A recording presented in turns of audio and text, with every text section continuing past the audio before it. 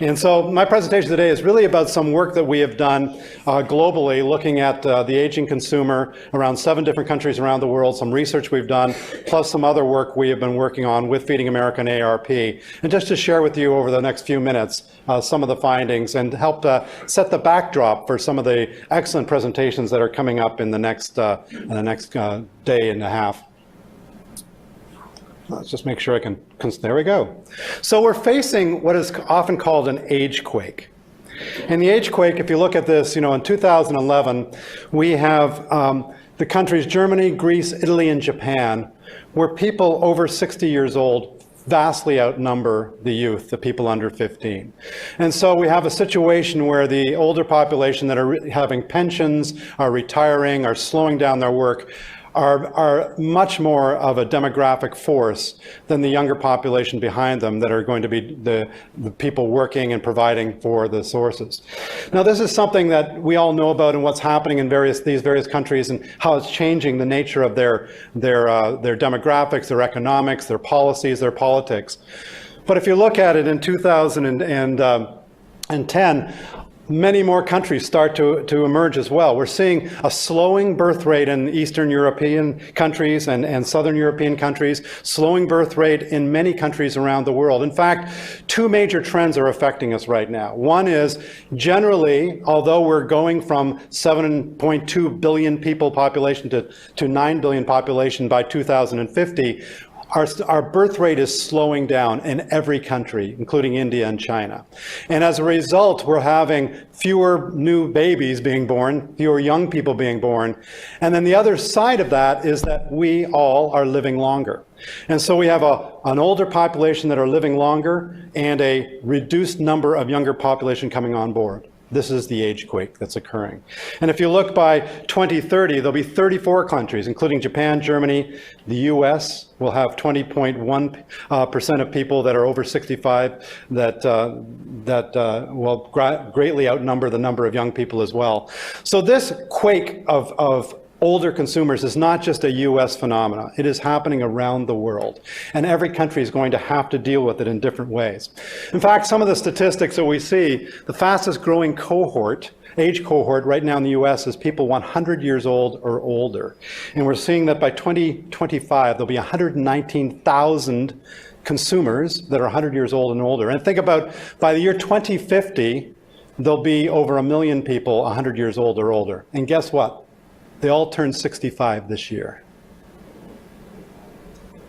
So they're all existing, they're all here, and how are we going to make sure that they're healthy and vibrant and living decent lives? And that's one of the challenges I think we all face with the work we're doing. We focus on millennials. All our advertising, our TV shows, our commercials are all about millennials, but if you really look at it, the real spending power is in boomers and older. $3 trillion is spent in the US alone by consumers over 60 years old, and globally it's $15 trillion. So we've got a major consumer impact here as well. But we're also facing a challenge economically where 29% of households 55 and older have no defined benefit plans or no retirement savings in the US. And so we've got this aging population going to live longer. We've got this great consumer power, but we've got this cohort of people that are facing some real challenges and trying to get through to have enough money as they live longer. So the study we did really looked at a global maturing consumer study. We did this with the Consumer Goods Forum, which is an international association of consumer goods retailers, manufacturers. And we looked at over 3,000 surveys, 3,000 in-person interviews with consumers from 7 different countries that the countries represented 60% of the world population. Basically, aging consumers 60 and older on what are their perceptions on consumer shopping, on products, etc. And we often found that they have distinct characteristics. They buy different product categories and enjoy shopping more. They shop often in smaller stores and closer to home. They are more loyal and more demanding on quality. They watch for promotions, but they do not find them adapted as much as possible. And their priorities change as they age. So a 60-year-old is different than a 70-year-old, is different than an 80-year-old, and will be different than the 1 million 100-year-olds we're going to see by 2050. So the consumers, the common themes, and these are probably, very similar to the ones that you see as well. When I buy shampoo, there's a big logo on the company and not much else. So they're harder to read those packages. They aren't able to reach up to the top shelves. I'm not as tall as I used to be, and I do feel I wish I could reach a product on the shelf. And the idea of seating. And you notice now with grocery stores where they're putting restaurants inside the stores. And it's not so much that they're feeling they're going to sell restaurant meals that you're going to take out, but the fact that people can eat in and keep people in the stores, particularly in some of these larger format stores where it's very difficult to navigate. And so being able to have these types of things are becoming much more of what retailers and restaurants are trying to do to engage more with the maturing consumer.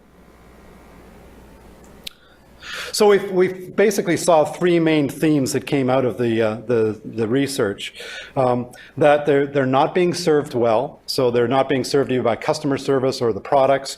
That the navigations of shops can be a real issue. So the large mega super centers that we all have shopped in and have grown such tremendously over the last 15 years are not necessarily designed for this aging cohort, this age quake that's coming around. And packaging is a big problem of packaging, opening it, reading it, using it.